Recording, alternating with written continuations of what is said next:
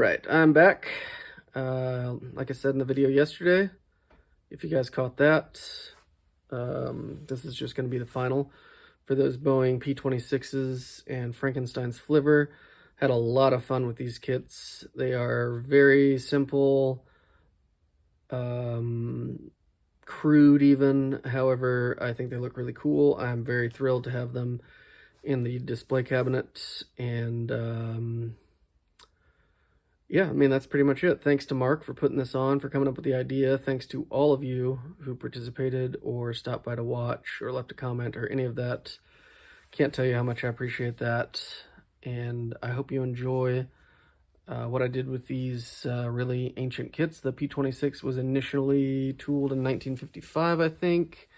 And I meant to look up when the Frankenstein's Flivver was tooled and forgot. So if I remember, I will insert it, you know, somewhere, if I remember. It's questionable. So yeah, I'll spin you guys around and you guys can let me know what you think. Okay, back in front of the whiteboard here, I've got everything piled up behind this P-26 box. One P-26 was built just like this box art. Another one is in blue. And then we also built the Polar Lights boxing of the Frankenstein's Flivver. Super long box, hard to get in any camera shots. But had a blast with that too. Such a fun kit, such an Aurora type kit. So I got it all piled up back here. I'm going to pull the box out of the way and then we'll go through them one at a time. All right, there's a quick look at them all. We'll start with the box art P-26. So now we'll set these guys off to the side. So these are Yellow Wings decals, and they're designed for the Academy Hobbycraft kit. However, I was able to use them on the Aurora kit as well.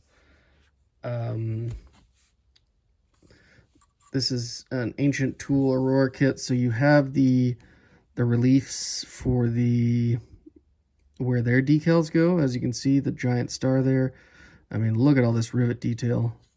And then this is basically a toy. You put it together when you were a kid, you played with it. So we have movable control surfaces, which are totally unrealistic, but I don't care, it's cool. This is actually the kit 9 because the Yellow Wings decal didn't come with 9. It was a different airplane number. And then we got the Aurora Pilot in there. Just a rough job on those guys. He's got his goggles on, and there's a control stick down in there. And then you can see there, I put some decals. I'm sorry I bumped the camera.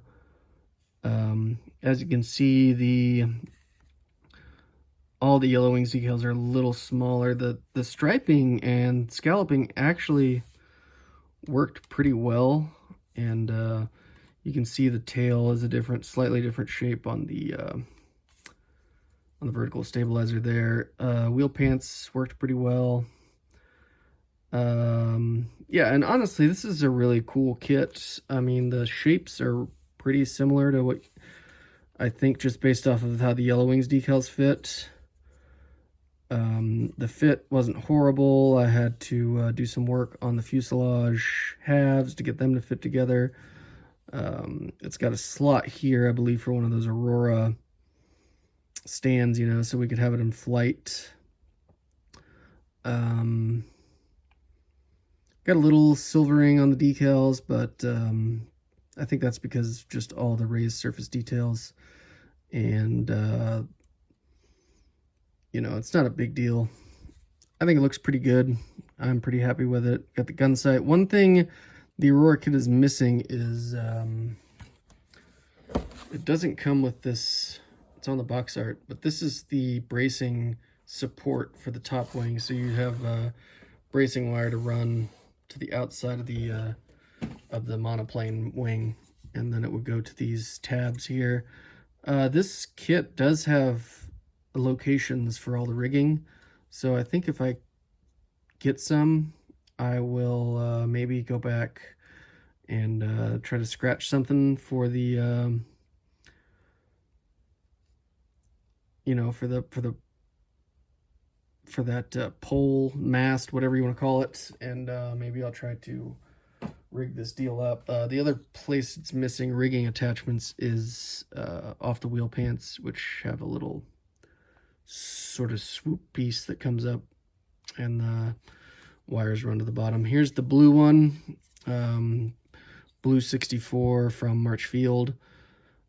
And I just went 100% out of the box. I left those raised reliefs. You can see the 9 there under the 64. I just left it. I just wanted it to be as it was. So we just went 100% Aurora out of the box goodness here. And this is from the 95th Squadron. Really cool. Some great paint schemes. I have a red one as well with it'll have a red rollover hoop, red where this blue is for the scalloping, and then I believe the vertical stabilizer is actually maybe the horizontal and vertical stabilizers are red, I believe.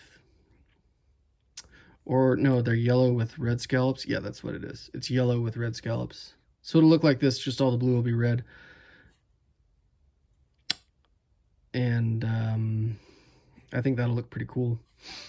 So I'm going to do that with the that newer Academy kit that I have the bracing wire for, which I had mentioned yesterday. But yeah, it's a ancient kit, but very cool, and I really enjoyed it. Had a lot of fun building it, and I think they're going to look really cool up on the shelf. Not too bad. So we got those. We get those out of the way, and we'll check out Frankenstein's Flivver. He's tooling around in his hot rod, breathing fire, and playing with his yo-yo. On the box, it shows like an eyeball yo-yo. But, well, I don't know, maybe an eyeball, I don't know.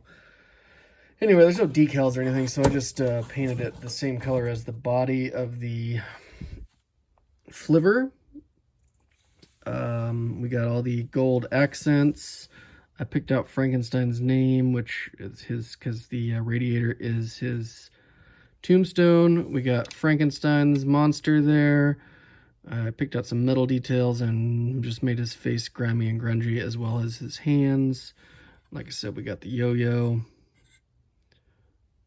which is just a disc, yo-yo disc. And then I just airbrushed these yellow and orange just to resemble some flames going out into the smoke, which we did some shading with a black base there. And then the color is this gorgeous blue metallic. It's actually a cobra color, or that new ammo cobra or whatever. So this is my first time using it. It's super thick. Tiffany from Dirt Road Cinderella had showed it off with a tiny little opening in the bottle, and it does have that, and also you really need to thin it a lot if you're going to put it through an airbrush. Got this face on the back picked out in the brass as well. This is all scale finishes brass, and then I got the skeletal hands coming out the back of the trunk there, and the wheels are held on by just big old nuts or screws, hex head screws. His gear shifter is all the way down here. He's working on that.